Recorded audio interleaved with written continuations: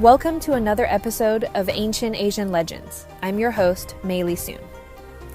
Today, join Wukong on an epic journey through the Netherworld Realm, a tale lifted from Journey to the West by Wu Cheng-en in 1592. But that's not all.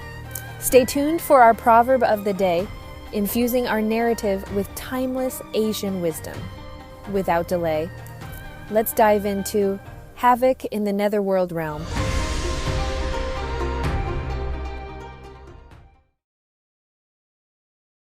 Chapter 4, Havoc in the Netherworld Realm. In the last episode of Ancient Asian Legends, two death gods, Yin and Yang, took Wukong to the Netherworld Realm. Yama sent us to capture you. You're dead. Hearing this, the Monkey King retorted, I, Sun Wukong, have transcended the three realms, surpassed the five elements. I'm not bound by his rules. How dare he provoke me? The two death gods persisted, relentlessly trying to drag him into the Netherworld. Irritated, the Monkey King snatched a thin rod from his ear, brandishing it to unveil a bowl-like thickness. With a swift hand movement, he pulverized the two death gods. Freeing himself, he discarded them, spun his staff, and charged into the city. Terrified, the ox-headed and horse-faced demons scattered in disarray. Meanwhile, other ghosts hurriedly rushed to the hall of Yama, urgently reporting, Great kings, trouble, trouble. There's a fierce deity wreaking havoc outside. The 10 underworld kings hastily adjusted their attire and hurried to the scene. Seeing Wukong's fierce visage, they swiftly arranged themselves and called out, Immortal, declare your name. Immortal, declare your name. Wukong replied, If you can't recognize me, why send your lackeys to detain me? The 10 kings bowed, saying, We are the 10 underworld kings, rulers of the Netherworld Realm.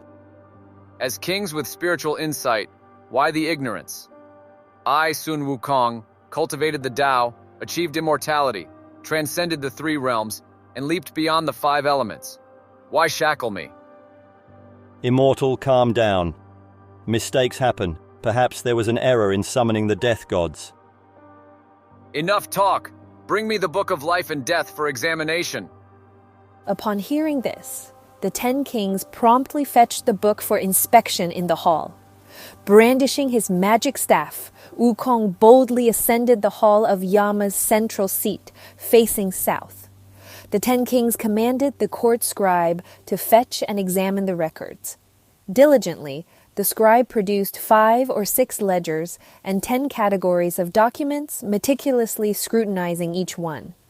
Entries for insects, encompassing larvae, worms, and winged creatures, yielded no extraordinary revelations. Upon delving into the monkey category, it became apparent that these creatures, with features reminiscent of both humans and insects, lacked any specific designation among mortals, animals, or mythical beings. As Wukong personally scrutinized another ledger, he discovered his name at the 1350th entry, documented as Sun Wukong, a stone monkey born in heaven with a 342-year lifespan meeting a natural end. With newfound awareness, he asserted, I care not for the exact duration. Erasing my name suffices. Bring the brush. The anxious scribe proffered the writing brush, laden with thick ink. Wukong seized the ledger, swiftly crossing out all entries under the monkey category. With conviction, he declared, Account settled. From now on, I'm beyond your jurisdiction. With a resolute swing of his staff, Wukong boldly exited the realm of the afterlife. The 10 kings, overcome with fear, refrained from approaching and sought refuge in the Emerald Cloud Palace. There they engaged in discussions about submitting petitions and hastily reported to the heavens. As Wukong emerged from the Netherworld Realm, he inadvertently stumbled, only to awaken to the realization that it had all been a dream. Opening his eyes, Wukong found monkeys of all sizes gathered around him. Witnessing his consciousness returning, the monkeys erupted in joyous shouts. The great king is awake, the great king is awake. Inquiring about the commotion, Wukong was met by a horse monkey general who approached and said, Great king, you've finally roused. You've been asleep for a whole day and night. We feared you might have. Died? Wukong chuckled. Let me tell you, I indeed encountered the inevitable ghost, but I wielded my compliant golden-hooped rod and struck all the way to the Yama's palace, defeating him. I even scratched out the names of our monkey kind from the Book of Life and Death. From now on, you don't have to fear death anymore. Oh, that's fantastic. No more fear of death. The monkeys rejoiced. Wukong's 6 sworn Demon King brothers, upon hearing the news, arrived with gifts to celebrate. The next day, the Jade Emperor presided over an early court session in the Lingshao Hall. Scanning the assembly, he commanded, Ministers with memorials, present them now. EC Dragon King promptly knelt and stated. Minister Aoguang has a petition. The Jade Emperor inquired. Minister Ao, what's the matter? Aoguang bowed and reported, Your Majesty, a monkey wreaked havoc in the Dragon Palace, stealing our treasured compliant golden-hooped rod. Please adjudicate for this humble servant. The Jade Emperor stroked his beard. Oh, is that so? Yama stepped forward and knelt. Your Majesty, yesterday that monkey caused chaos in the underworld, injuring the ox-headed and horse-faced demons, and erased the names of monkeys from the Book of Life and Death. The Jade Emperor frowned. Such audacity from the monkey. What is its origin? 2 young gods reported, Your Majesty, that monkey was originally a stone near the Huaguoshan mountain water curtain cave. Absorbing the essence of the sun and moon, it transformed into a stone monkey named Sun Wukong. Somehow, it acquired formidable abilities capable of subduing dragons and tigers. The pagoda-bearing Heavenly King stood up, crossed his arms, and asserted, Your Majesty, if we don't deal severely with this audacious monkey, it will undoubtedly become a great menace in the future. The Jade Emperor nodded. Indeed. At that moment, Taibai Jinxing, also known as the Golden Star of Venus, shook his dust brush and suggested, Your Majesty, this monkey has not fully matured. Instead of punishing it outright, issue an imperial decree to summon it to heaven. Appoint it to a minor position, keeping it close. This way, if it violates heavenly laws, we can easily apprehend it without the need for a large-scale operation. The pagoda-bearing Heavenly King argued. If we let this monkey go unpunished, others will surely follow its example. The Jade Emperor said. No need to argue. We'll heed the advice of Taibai Jinxing. The Jade Emperor then appointed Taibai Jinxing as an envoy, tasked with delivering the imperial decree to recruit the monkey. As Taibai Jinxing descended with the Jade Emperor's personal decree, the vigilant little monkey spotted him and rushed to report to Wukong. Great king, there's this old dude coming down from the sky. Wukong ordered, Bring him up! The monkeys eagerly brought Taibai Jinxing to Wukong. Wukong asked, Who are you and what brings you here?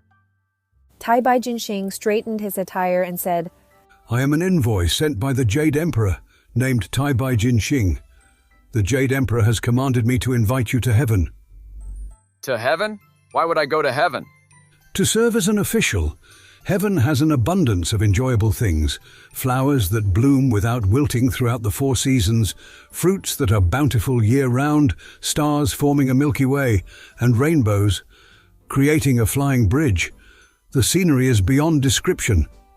With your remarkable abilities, it would be a shame not to witness it firsthand. Wukong widened his eyes and asked, Is it truly as good as you say? Taibai Jinxing nodded. Indeed. Wukong became intrigued. If that's the case, I, Sun Wukong, want to see it for myself. The little monkeys cheered. Great king, we want to go too, we want to go too. Good, I'll take you all. Let me go up first and check. If it's really as fantastic as he says, I'll bring you all up. Wukong somersaulted and flew beyond the sky. Looking back, Taibai Jinxing saw that Wukong had disappeared. He hurriedly flew on a cloud, shouting, Wait for me! Wukong catapulted through the 9th heaven with a somersault, discovering in the distance a panorama of palaces. Illuminated by sunlight, they gleamed in golden splendor, with celestial cranes and fairies elegantly traversing the sky. Crossing a white jade stone arch bridge, Wukong arrived at an imposing gate. 2 jade unicorns spewed clear springs at the entrance. Above the gate, 3 large characters proclaimed, "South Heaven Gate." A squad of heavenly soldiers wielding long spears intercepted Wukong's path, bellowing, "Halt! Who goes there?" Landing on a cloud, Wukong grinned. I've been invited by your Jade Emperor. Why won't you let me in? The heavenly soldiers exclaimed, "Where did this demon monkey come from? Spouting nonsense!" One of them raised a long spear towards Wukong. Just as Wukong prepared to fight, Tai Bai Jinxing arrived, panting. Hold on a moment. Wukong withdrew his golden banded rod, demanding, Old man, what's your game? Weren't you the one saying the Jade Emperor invited me? Why won't they let me in? Tai Bai Jinxing smiled apologetically. You're new here. They don't recognize you. He turned to the heavenly soldiers and said, This is a celestial invited by the Jade Emperor from the mortal realm. Step aside. The heavenly soldiers then stepped back. Tai Bai Jinxing said, Please, Celestial, come with me. Ascending to heaven for the first time, Wukong found himself amidst a celestial spectacle that surpassed earthly imagination. A profusion of golden lights cascaded like red rainbows, while auspicious clouds expelled hues of purple mist, creating an ethereal ambience. The South Heaven Gate, a testament to celestial craftsmanship, gleamed with magnificence, fashioned from lapis lazuli gemstones and radiating a resplendent glow. Before the gate, a celestial army of generals and soldiers stood in disciplined formation. As Wukong ventured inside, the grandeur escalated. Majestic pillars, adorned with golden-scaled dragons and red-bearded serpents, ascended to the heavens, while bridges embellished with hovering phoenixes spanned the air. The celestial realm displayed vibrant hues, reflecting a splendor beyond earthly beauty, with a mysterious mist shrouding the entrance. The heavenly palace complex boasted 33 opulent structures, each proclaiming divine extravagance. Notable among them were the Cloud Palace, Vajra Palace, 5 Brightness Palace, Sun Palace, Harmony Palace, and others, each showcasing distinctive features. Roofs adorned with glistening gold eclipsed the celestial light, while mythical creatures upheld these architectural marvels. 72 treasure halls, including the Audience Hall, Lingering Void Hall, Hall of Radiant Light, Heavenly King's Hall, and the Hall of Divine Officials, were adorned with jade unicorns. Across the celestial domain, the god of Longevity Terrace displayed eternal blooms of flowers, and immortal herbs flourished near the alchemy furnace. At the Pilgrimage Tower, stars donned vermilion silk robes and fairies sported phoenix crowns. Heavenly attire featured jade hairpins, pearl-decorated shoes, purple sashes, and golden badges.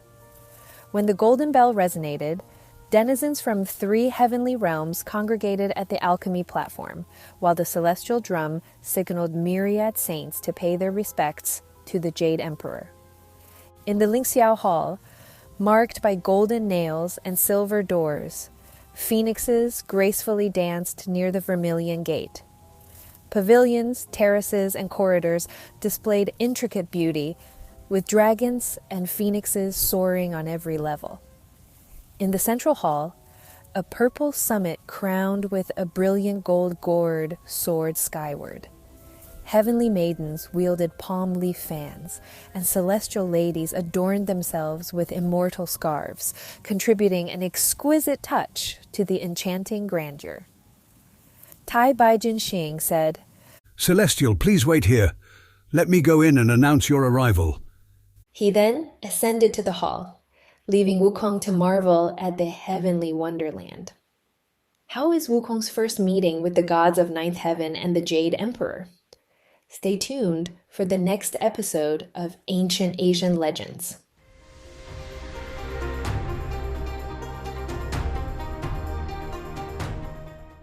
Today's proverb is the following. One glimpse outweighs 100 tales. This proverb emphasizes the idea that direct experience or first-hand observation is more valuable and impactful than hearing about something repeatedly. It underscores the importance of personal experience and witnessing things with one's own eyes, suggesting that understanding gained through direct experience are often more profound and reliable than information acquired through hearsay or descriptions. That's it for our proverb of the day. One glimpse outweighs 100 tales.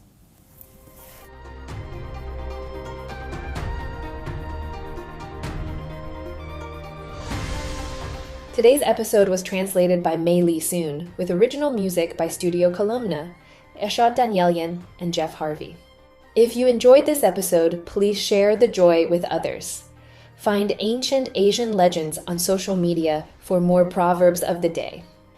How's Wukong's meeting with the Jade Emperor? Join us in the next Ancient Asian Legends for more magic. Until then, take care and stay enchanted.